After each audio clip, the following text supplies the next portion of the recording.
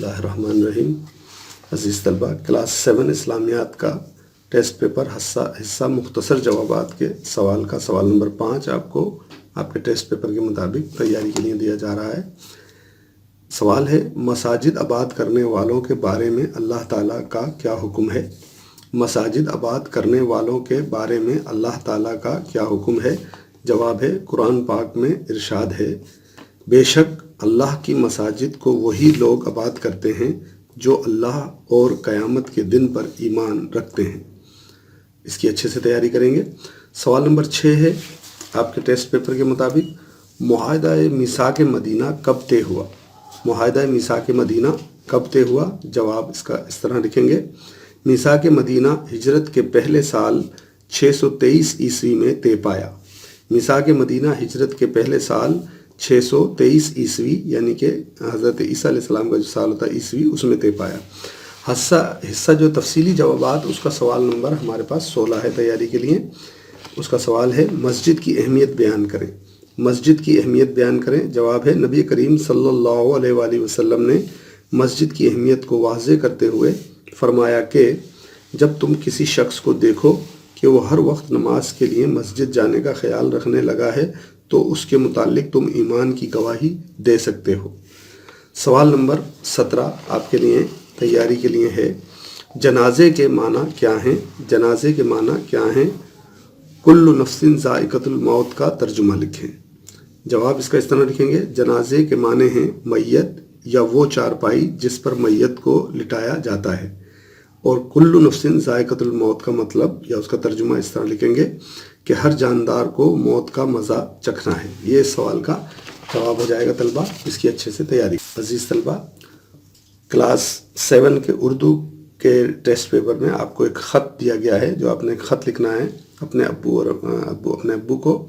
तो उस ख़त को देखेंगे। यहाँ पे हम कोई भी जगह लिख सकते हैं। यहाँ पे मैंने फैसलाबाद लिखा है, और मोरखा का मतलब होता है कि यहाँ तारीख़ डाल सकते हैं आप, कोई भी जिस तारीख़ को आप ख़त लिखते हैं। फिर ख़त को इस तरह शुरू करेंगे। ये टेस्ट पेपर में आपका सवाल नंबर 21 है, इसको आप देख सकते हैं। मेरे प्यारे अब्बू और अम्मी जान, मेरे प्यारे अम्मी और अब्बू जान, अस्सलामु अलैकुम। मैं यहाँ खैरियत से हूँ। उम्मीद करती हूँ या करता हूँ कि आप भी खैरियत से होंगे। आप मेरे बारे में बिल्कुल फ़िक्रमंद ना हो। अच्छे नंबरों से मैं पास हो जाऊँगी या हो जाऊँगा। मैंने आपको इसलिए ख़त लिखा है कि आप मुझे जल्द से जल्द स्कूल की फ़ीस और हॉस्टल के बकाया जात अदा करने के लिए पैसे भेज दें, ताकि तमाम बकाया जात जल्द से जल्द अदा कर सकूं। मुझे आपकी जानिब से मतलूबा रकम का इंतज़ार रहेगा। तमाम घर के बड़ों और बुज़ुर्गों को मेरी जानिब से सलाम दीजिएगा, और छोटे बहन भाइयों को प्यार। फ़कत आपकी बेटा या बेटी, आप अपना आखिर में नाम लिख सकते हैं। और इसकी बहुत अच्छे से तैयारी करेंगे, और इसमें चाहें तो कोई बहुत बेहतर इजाफा किया जा सकता है आपकी तरफ से। सवाल नंबर 25 है टेस्ट पेपर का, वाहिद की जमा लिखें। तो वाहिद अल्फाज इस तरफ लिखे गए हैं, और इसकी जमा आपको इधर इसके प्रोनाउंसिएशंस और इसकी तलफ़ुज़ के हिसाब से इसकी जो है जमा बताई जा रही है। लफ्ज़ पहला है किता। किता का मतलब होता है टुकड़ा, कितात टुकड़े। फर्जंद, फर्जंद कहते हैं बेटे को। फर्जंदगान यानी कि बेटे बहुत सारे। दुश्मन, दुश्मनान बहुत सारे दुश्मन। रूह, रूह को रूह कहते हैं। रूह की जमा हो जाएगी अरवाह। आलम की जमा हो जाएगी आलमीन। फरमान की जमा हो जाएगी फरामीन। शाहिद की जमा हो जाएगी शवाहिद। गवाह की जमा हो जाएगी गवाहान। तारीख़ की जमा हो जाएगी तवारीख़, और इल्म की जमा हो जाएगी उलूम। तो ये आप 3 सवालात आपको और इधर दिए जा रहे हैं आपके उर्दू की तैयारी के लिए। जो सवाल नंबर 8 है आपके टेस्ट पेपर पे, बैतुल मुक़द्दस किसने तामीर करवाया। तो इसका जवाब है, हज़रत सुलेमान अलैहिस्सलाम ने जिनों को बैतुल मुक़द्दस यानी कि हैकल सुलेमानी तामीर करने के काम पर मामूर किया था।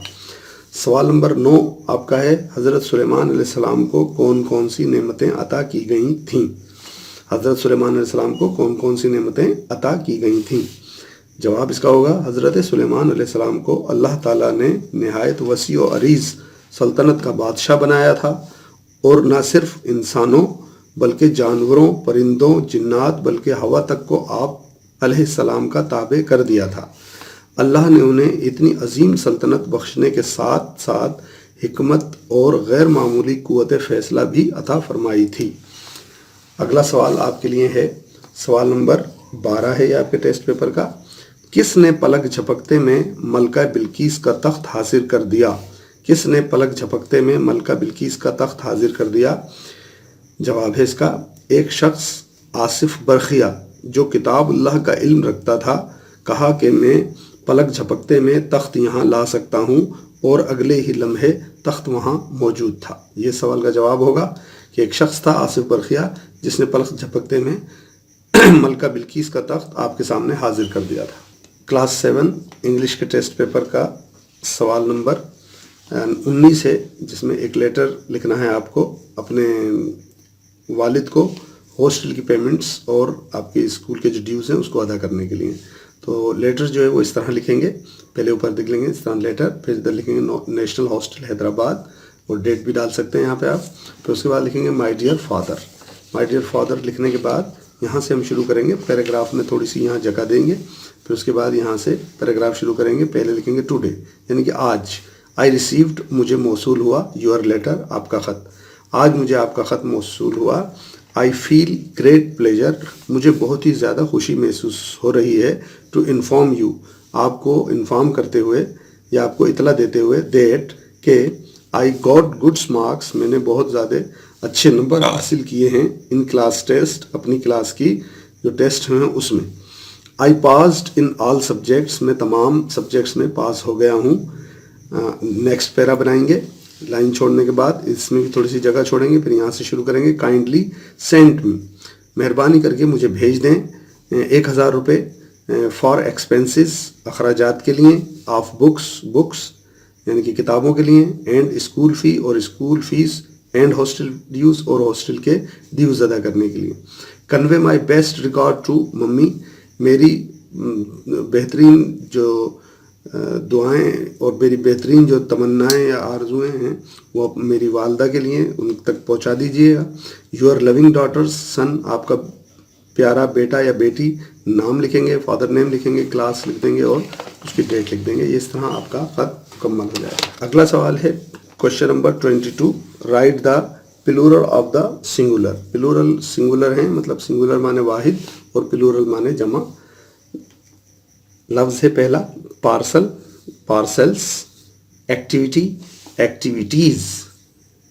अब है ferry, ferries, speech, speeches, design, designs, vase, vases, disease, diseases, difficulty, difficulties, grievance, grievance, grievances, suspect, suspects, suspect, suspects.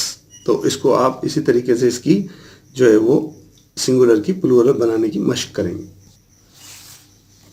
अजीज़ तलबा, क्लास 7 सोशल स्टडी के टेस्ट पेपर का जो हिस्सा है शॉर्ट क्वेश्चन आंसर का, उसमें से सवाल नंबर 11 आपको यहाँ पे दिया जा रहा है तैयारी के लिए, और उसका सवाल है हु एंड व्हेन, कौन और कब, announced as detail plan for the partition of India. Partition कहते हैं दो हिस्सों में अलग अलग बांटने के अमल को जो है वो हम पार्टीशन कहते हैं।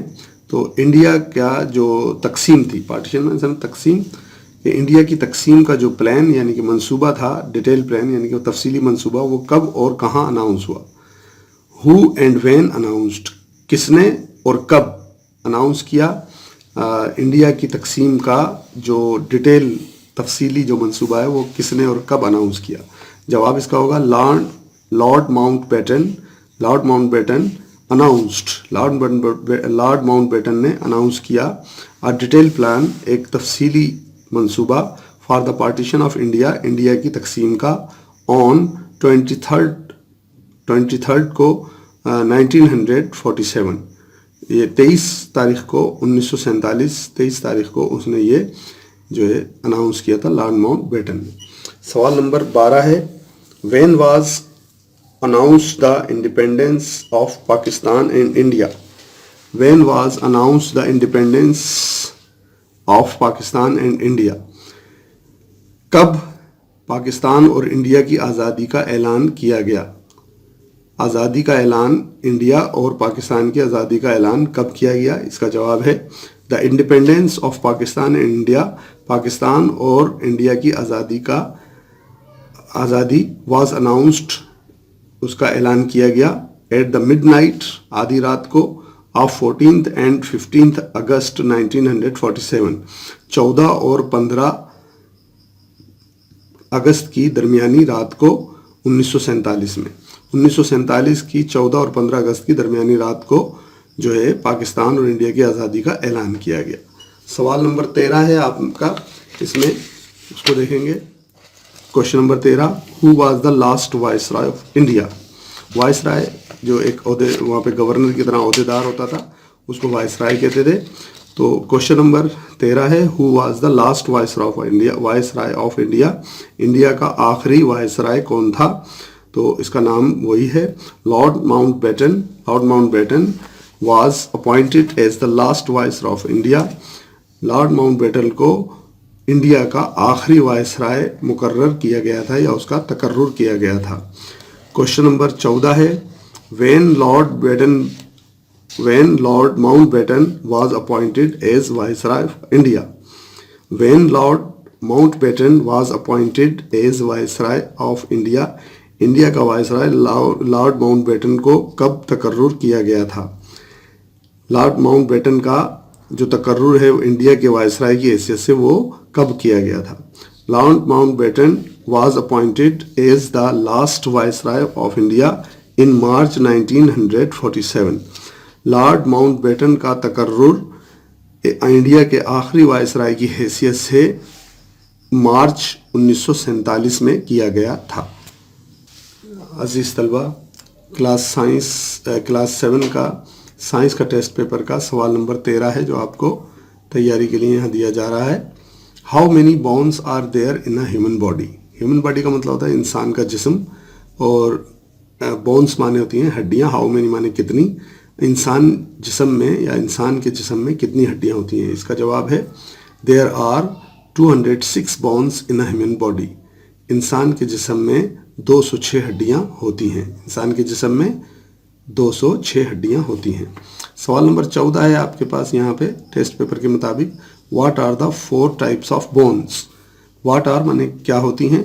4 टाइप्स ऑफ बोन्स यानी कि 4 किस्म की हड्डियाँ क्या कौन सी होती हैं? इसका जवाब है the 4 types of bones are, 4 किस्म की हड्डियाँ दर्ज झेल होती हैं। नंबर 1 लॉन्ग बोन्स यानी कि लंबी हड्डियाँ, नंबर 2 फ्लैट बोन्स यानी कि चपटी हड्डियाँ, नंबर 3 यानी कि स्मॉल बोन्स छोटी हड्डियाँ, और नंबर 4 होती है इर्रेगुलर बोन्स यानी कि जो इर्रेगुलर होती हैं वो उन हड्डियों का जो है भी काम बहुत हमारे जिस्म में अहम होता है। तो ये 4 किस्म की हड्डियाँ होती हैं हमारे जिस्म में। अगला सवाल है सवाल नंबर 16। सवाल नंबर 16 है, how many major parts of the brain are there? Describe each one. How many माने कितने, मेजर पार्ट्स माने अहम हिस्से, ऑफ द ब्रेन माने दिमाग के। दिमाग के कितने अहम हिस्से होते हैं? डिस्क्राइब ईच वन, हर किसी को जो है वाजे करें। तो there are 3 major parts of the brain, हमारे यानी कि there are 3 major parts of the brain, दिमाग के 3 बड़े हिस्से होते हैं। नंबर 1 द फोर ब्रेन और the cerebrum, number 2 the mid brain और the cerebellum, number 3 the hind brain और the medulla.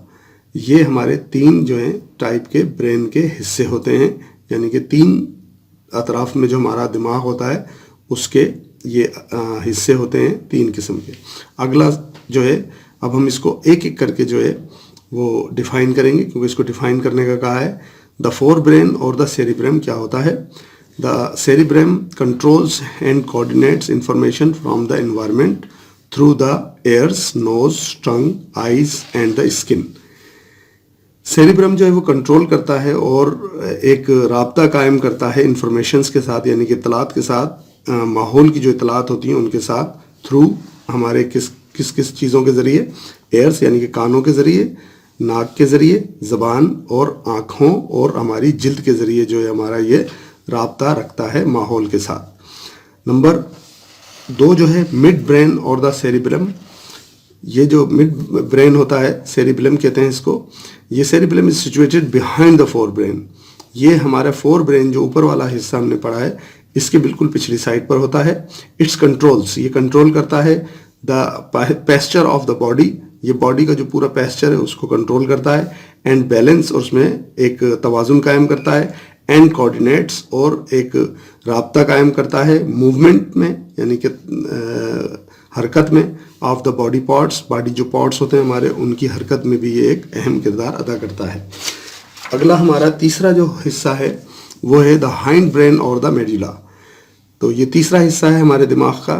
The medulla contacts the brains, medulla जो है वो जोड़ता है हमारे दिमाग को विद द स्पिनल कॉर्ड, हमारी जो स्पिनल कॉर्ड है यानी कि जो हराम मगज है उसके साथ जोड़ता है। इट कंट्रोल्स, ये कंट्रोल करता है सच लाइफ प्रोसेसेस, हमारी ज़िंदगी के तमाम मराहिल को, और रिस्पिरेशन, हमारे सांस के अमल को, इनटेक ऑफ फूड, और खाना खाने के अमल को, and flow of the blood, और खून के बहाव को, इन द बॉडी, हमारे जिस्म में।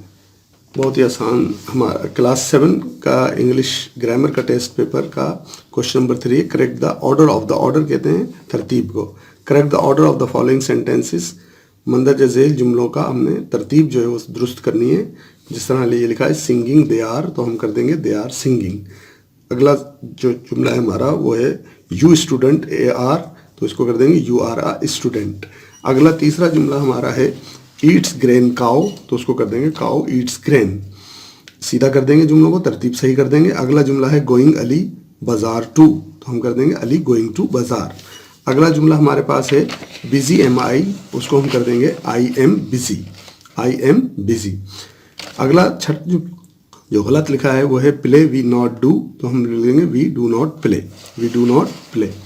अगला 7वां जुमला हमारे पास है letter are writes the, writes he, letter are writes he, तो हम लिख देंगे he write a letter, he writes a letter.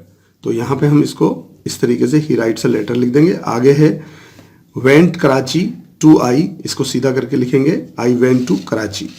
इसके आगे जो है 9वां हमारा जुमला है प्ले द गेम दे ए, तो लिख देंगे they play a game, they play a game. इस तरीके से ये जुमले हमारे सीधे हो जाएंगे और इसकी बार बार प्रैक्टिस करें बेहतर नताइज के लिए। अगला सवाल है आपका क्वेश्चन नंबर 12 है change the following sentence into the interrogative. Interrogative कहते हैं सवालिया को, चेंज माने तब्दील करें, फॉलोइंग सेंटेंसेस माने मंदरजा झेल जुमले, मंदरजा झेल जुमलों को सवालिया जुमलों में तब्दील करें। जुमला है आई एम अ बॉय, तो इसको इंट्रोगेटिव करने के लिए जो एम है इसको हम शुरू में ले आते हैं और यहाँ पे क्वेश्चन मार्क का निशान दे देंगे। तो जुमला सिर्फ इस एम को आई से पहले रखेंगे तो आ जाएगा एम आई अ बॉय, क्या मैं एक लड़का हूँ। अगला जुमला है शी वाज अ क्वीन, इसी तरह शी वाज अ क्वीन, जो वाज है हमारा इसको हम शुरू में रख देंगे और यहाँ हम क्वेश्चन मार्क लगा देंगे। तो ये हमारा दूसरा जुमला हमारा जो है क्वेश्चन इंट्रोगेटिव बन जाएगा। तीसरा जुमला है दे आर रीडिंग न्यूज़पेपर, तो इसी तरह इस आर को यानी कि सेकंड जो लफ्ज़ था उस आर को हम शुरू में रख देंगे, आर दे रीडिंग न्यूज़पेपर्स, और यहाँ पे क्वेश्चन मार्क इस तरीके से लगा देंगे। अगला जुमला है चौथा आई सी अ बर्ड, मैं एक परिंदा देखता हूँ, तो इसमें हमारा डू जो है वो जो सब्जेक्ट हेल्पिंग वर्ब है वो हमारा जो है हाइडन है, छुपा हुआ है, तो उसको हम क्लियर करेंगे। यहाँ पे पहले लिखेंगे do I C a bird, क्या मैं एक परिंदा देखता हूँ, और यहाँ हम क्वेश्चन मार्क लगा देंगे। अगला हमारा जुमला है 5वां Ali sits on the desk, Ali sits on the desk यानी कि अली सीट पर या डेस्क पर बैठता है, तो उसको हम क्योंकि अली है इसमें थर्ड पर्सन सिंगुलर है, तो इसमें इसके वर्ब में अगर सिट्स आएगा तो हम उसको डू की जगह डज में चेंज कर देंगे और डज के साथ हम इसको डज लिखने के बाद फिर लिखेंगे अली, अली लिखने के बाद हम इसको कर देंगे does Ali sits on the, sits अब नहीं लिखेंगे, अली डज लिखने के बाद does Ali sit on the desk, does Ali sit on the desk, ये हमारा और क्वेश्चन मार्क लगाएंगे तो ये हमारा सवालिया जुमला बन जाएगा। आगे जुमला है दे सा आ टाइगर, दे सा आ टाइगर, ये प्रेजेंट डेफिनेट टेंस का जुमला है, सॉरी पास्ट इंडेफिनिट टेंस का जुमला है। तो इसके अंदर हमने क्योंकि इसमें भी डिड सेकंड फॉर्म है सी का, तो हम उसकी जगह डिड में इसको चेंज करेंगे और डिड लगाने के बाद हम लिखेंगे did they C a tiger. सा जो है वो सी में चेंज हो जाएगा, did they C a tiger, और यहाँ पे हम उसका क्वेश्चन मार्क देंगे तो ये हमारा जुमला इंट्रोगेटिव बन जाएगा। अगला जुमला है हमारा you are my friend. You are my friend, तो आर को हम सिर्फ ले आएंगे, सिंपल जुमला है, आर को आगे ले जाएंगे, आर यू माई फ्रेंड, तो ये हम क्वेश्चन मार्क लगाएंगे, इस तरह हमारा ये जुमला इंट्रोगेटिव हो जाएगा। 8वां जुमला है he is my brother. He is my brother, इसमें भी सिर्फ इज़ को हम शुरू में लेके जाएंगे, इज़ ही माई ब्रदर, और यहाँ क्वेश्चन मार्क दे देंगे, तो ये भी हमारा जुमला जो है वो सवालिया यानी कि इंट्रोगेटिव बन जाएगा। अगला जुमला है हमारा नवा, I have 4 books. I have 4 books, तो उसको हम इंट्रोगेटिव करने के लिए डू लगाएंगे शुरू में, डू आई हैव 4 बुक्स, क्या मेरे पास 4 किताबें हैं, ऐसे इसका इंट्रोगेटिव बना सकते हैं। तो ट्रांसलेट इनटू इंग्लिश इसकी करनी है, और वो है पहला जुमला, वो 1 घंटे से गाना गा रही है। वो 1 घंटे से गाना गा रही है, इसकी इंग्लिश कुछ इस तरह रहेगी, she has been singing for hour. An hour भी लिख सकते हैं, फॉर आवर, या फॉर एन आवर भी लिख सकते हैं, फॉर आवर भी लिख सकते हैं, दोनों सही हैं। वो आम खाती है, दूसरा जुमला है, she Yeats mango. She eat mango. तीसरा जुमला है मैं खा रहा हूँ, आई एम ईटिंग। चौथा जुमला होगा हमारा उसने खत लिखा। उसने खत लिखा, he has written a letter. He has written a letter. 5वां जुमला है अहमद ने गाना गाया है।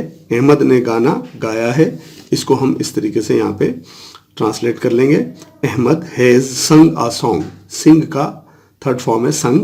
अहमद हैज़ संग अ सॉन्ग, अहमद ने गाना गाया है।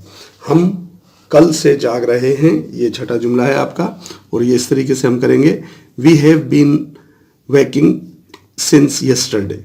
वेकिंग भी कह सकते हैं, अवेकिंग भी लिख सकते हैं, जो आप लिखना चाहें लिख सकते हैं। We have been waking since yesterday, इसका मतलब हो जाएगा हम कल से जाग रहे हैं। और 7वां जुमला आपके लिए है, मैं सुबह से पढ़ रहा हूँ, तो I have been reading since morning. मैं सुबह से पढ़ रहा हूँ, उसको इस तरह ट्रांसलेट करेंगे, I have been reading since morning. ये आपके 7 जुमले हैं जो आपको तैयारी के लिए दिए जा रहे हैं। बिस्मिल्लाहिर्रहमानिर्रहीम। क्लास 7 जी सिंधी डिक्टेशन जा 14 लफ़्ज़ नवे आहिनि। 5वें लफ़्ज़ आहे जंगियूं। जंगियूं माने जंगें। 6वें लफ़्ज़ आहे साम्हूं। साम्हूं माने सामने। 7वें लफ़्ज़ आहे छॾनि थियूं, छोड़ देते हैं। 8वें लफ़्ज़ आहे वधे थी माने बढ़ती है। 29वां लफ़्ज़ आहे बुख ऐं उञ, भूख और प्यास। 30वां लफ़्ज़ आहे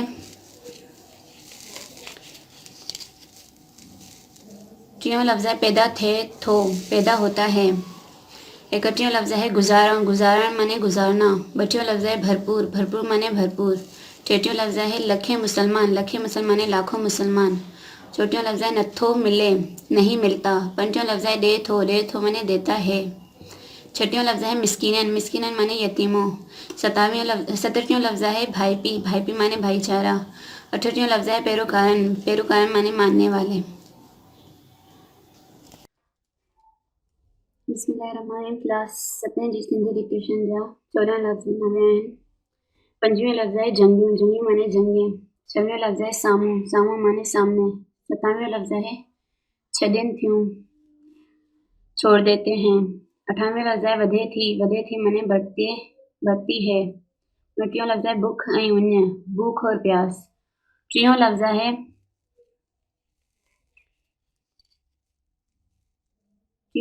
पैदा थे थो, पैदा होता है। 31वां लफ़्ज़ है गुजारण। गुजारण माने गुजारना। 32वां लफ़्ज़ है भरपूर। भरपूर माने भरपूर। 33वां लफ़्ज़ है लखे मुसलमान। लखे मुसलमान माने लाखों मुसलमान। 34वां लफ़्ज़ है नथो मिले, नहीं मिलता। 35वां लफ़्ज़ है दे थो माने देता है। 36वां लफ़्ज़ है मिस्कीनन। मिस्कीनन माने यतीमों। 37वां लफ़्ज़ है भाईपी माने भाईचारा। 38वां लफ़्ज़ है पेरोकारन माने मानने वाले। बिस्मिल्लाहिर्रहमानिर्रहीम। क्लास 7 मैथ के टेस्ट पेपर के लिए टेस्ट पेपर का क्वेश्चन नंबर 7 दिया जा रहा है आपको यहाँ पे। इसको बहुत तवज्जो से समझेंगे। सवाल है सिंप्लीफाई, यानी कि इसको सादा बनाना है। सादा बनाने के लिए सवाल ज़रा आप जब देखें तो आपके पास कुछ इस तरीके से एक बड़ी ब्रैकेट है, उसमें जो अदद लिखे हैं और उसमें बीच में माइनस है, प्लस है, फिर इधर माइनस है, फिर 2 ब्रैकेट हैं इधर, छोटी और इससे एक ब्रैकेट है इधर, और ये दो लाइनें ऊपर, एक 6 से शुरू होकर 5 पर ख़त्म हो रही है, एक 5 से शुरू होकर 4 पर ख़त्म हो रही है। तो हम मैथमेटिक्स में इसको भी ब्रैकेट्स कहते हैं। सबसे छोटी ब्रैकेट हमारी ये है, और उसके बाद उससे बड़ी ये है, और सबसे बड़ी इस सवाल में ये है। तो इससे और एक बड़ी ब्रैकेट होती है जो यहाँ पे शो नहीं की गई है। 4 ब्रैकेटें होती हैं। तो सबसे पहले हम छोटी ब्रैकेट को, क्योंकि ये ब्रैकेट्स के सवाल हैं, तो हम सबसे पहले उन जगहों को सॉल्व करते हैं जहाँ पर ये ब्रैकेटें लगी होती हैं। तो हम देखते हैं कि 6 और 5 के जो ऊपर है ये ब्रैकेट लगी है, और यहाँ पे 5 और 4 के ऊपर ये ब्रैकेट लगी है। तो हम पहले इन हिस्सों को अगले स्टेप में सॉल्व करेंगे।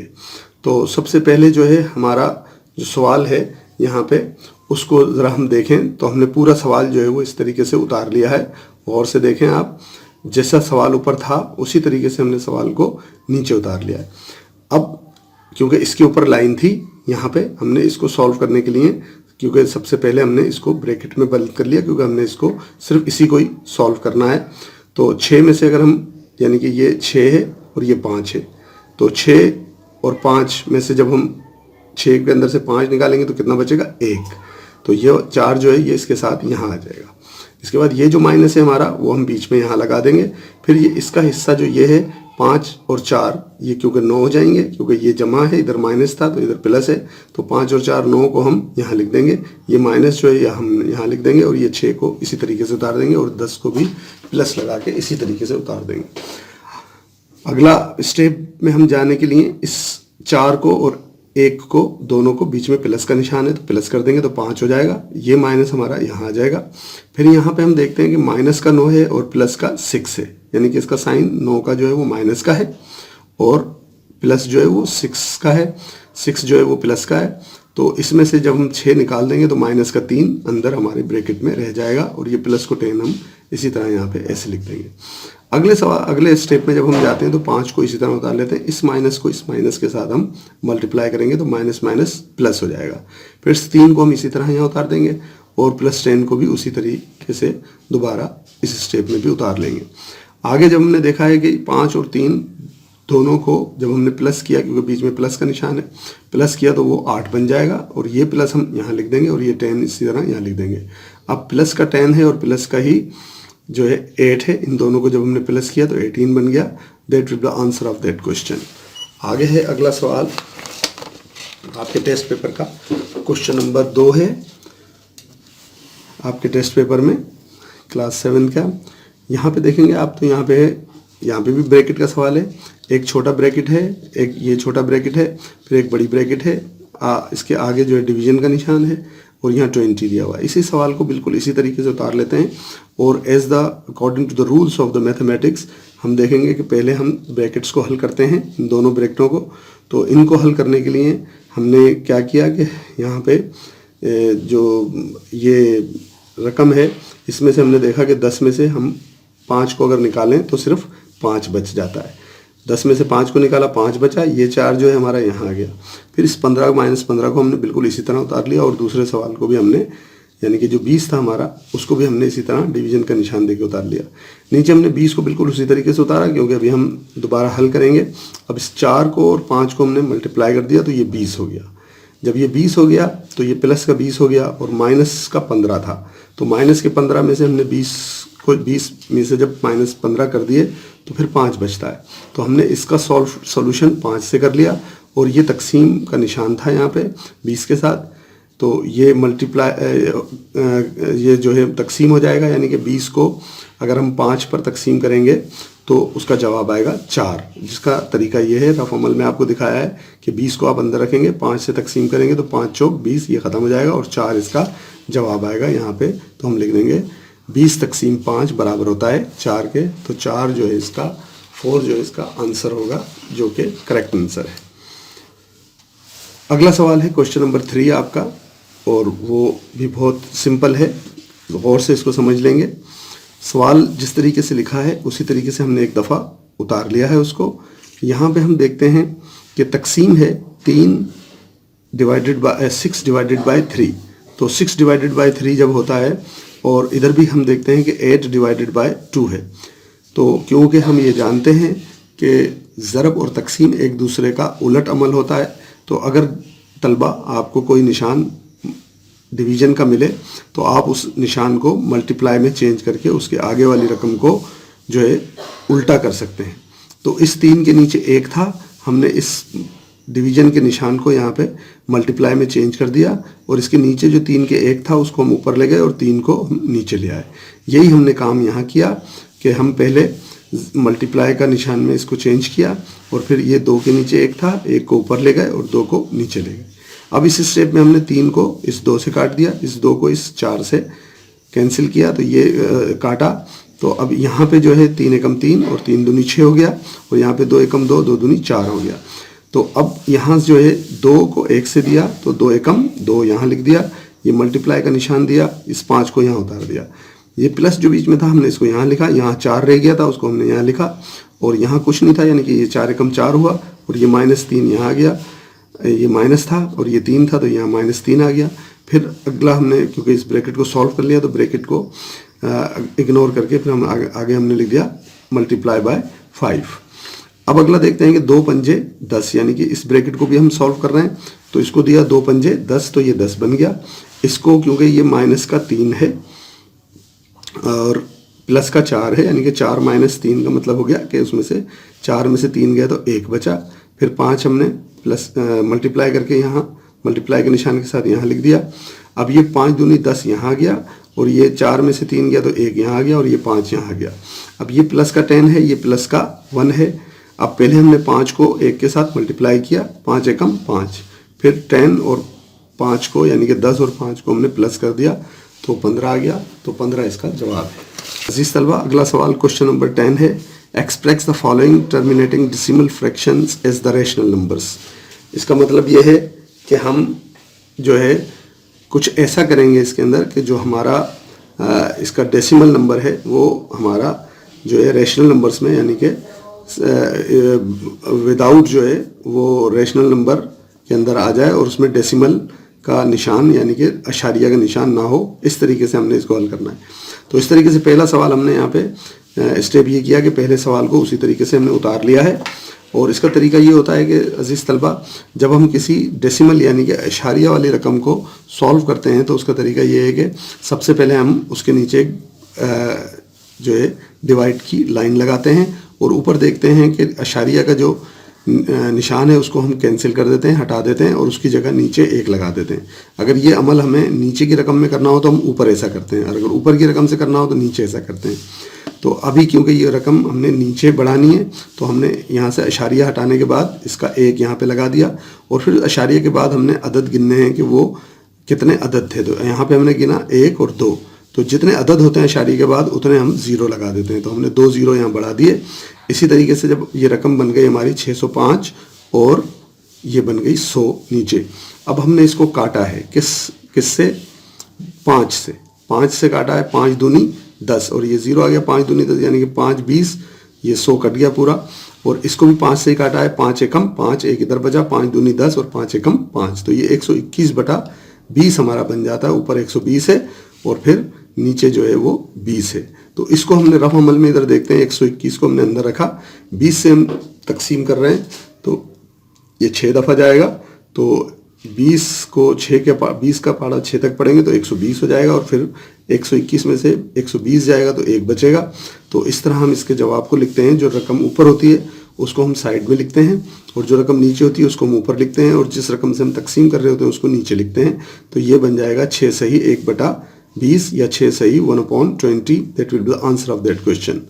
अगला सवाल आपका है 2 नंबर, क्वेश्चन नंबर 2 है 5.08। यहाँ पे हम देखते हैं कि 5.08 को हमने उसी तरीके से इसका डेसिमल ख़त्म करने के लिए डिवाइड की एक लाइन लगाई और उसको अशारिया ख़त्म करने का हमने नीचे 1 लगाया और आगे जो 2 अदद थे उसकी जगह हमने 2 0 लगा दिए। इसके बाद हमने देखा कि ये रकम बन गई हमारी 508 डिवाइडेड बाय 100। तो हमने इसको 4 से अब काटना है। तो 4 से काटा, 4 दूनी 8, तो इधर हमारा 2 बचा तो ये 20 हो गया, 4 पंजे 20 तो यहाँ 25 आ गया। इसको भी 4 से काटना है, 4 एकम 4 तो यहाँ 1 बचा, तो 4 दूनी 8, 4 दूनी 8 तो फिर हमारा यहाँ पे भी 2 बचा और फिर 2 के बाद ये 28 हो गया। तो 4 7 28, हमने इस तरीके से इसको 127 से काट दिया। इसको भी 4 से काटा और इसको भी 4 से काटा तो अब जो है यहाँ पे 127/25 हो गया। 127/25 यहाँ से हमने लिखा तो 127 को हमने तकसीम के निशान के अंदर लिख दिया और 25 को हमने तकसीम किया 25 से, तो फिर 25 का पहाड़ा हमने पढ़ा 5 तक। 25 पंजे 125, 25 पंजे 125, तो 127 में से 125 जब गए तो हमारे 2 बचे, तो 2 हमारा रिमाइंडर हो गया और जवाब हमारा 5 हो गया। तो जवाब को हम साइड में लिखते हैं, पता है, और जो हमारा रिमाइंडर होता है उसको हम ऊपर लिखते हैं और जिससे हम तकसीम करते हैं उसको नीचे लिखते हैं। तो 5 सही 2/25 इस सवाल का जवाब होगा। अगला तीसरा सवाल है आपका, इसके अंदर गौर से आप देखेंगे तो वो इस तरीके से है कि 6.75 को भी हम इस तरीके से लेंगे, इसका डेसिमल खत्म करेंगे, नीचे 1 लिखेंगे, अदद 2 है तो 2 जीरो बढ़ा देंगे, फिर ये 675 हो जाएगा हमारा और नीचे जो है वो 100 हो जाएगा। तो ये जो है हम इसको 5 से फिर हम तकसीम करते हैं, 5 से तकसीम करते हैं तो क्या करते हैं कि हम देखते हैं कि 5 दूनी 10 और ये 0 इस तरीके से आ जाएगा। तो ये 5 से हमारा कट गया। अब इसको भी 5 से काटेंगे, 5 एकम 5, तो इसमें से 1 बचेगा, यहाँ 17 हो जाएगा। तो हम 5 दिया, पहले 15 करेंगे, फिर 2 बचेगा तो 25 हो जाएगा, 5 पंजे 25, इस तरह 135/20 हो जाएगा। तो 135 और 20 को फिर हम फर्दर जो है वो काटते हैं 5 से, 5 चौक 20 हो जाएगा, फिर 5 दूनी 10 हो जाएगा, जब 10 हो गया तो 3 बचेगा, तो यहाँ पे 35 होगा, तो 5 सत्ते 35। अब हमारी अगली जो रकम आ गई 27/4, यहाँ पे हमने 27 लिखा ऊपर और नीचे 4, ऊपर 27 नीचे 4, तो हमने यहाँ इसको शो कर दिया। अब 27 को हम तकसीम करेंगे 4 से, तो 4 का पहाड़ा हमने 6 तक पढ़ा, तो 6 चौक 24, इसको 24 किया, तो इसमें से 27 में से 24 निकाला तो 3 बचा। अब इस 3 और 4 और 6 को हमने इस तरतीब से लिख दिया, 6 जवाब था उसको साइड में लिखा, 3 रिमाइंडर था उसको ऊपर लिखा और 4 से हमने तकसीम किया तो उसको यहाँ लिखा, तो 6 से ही 3/4 इसका जवाब होगा।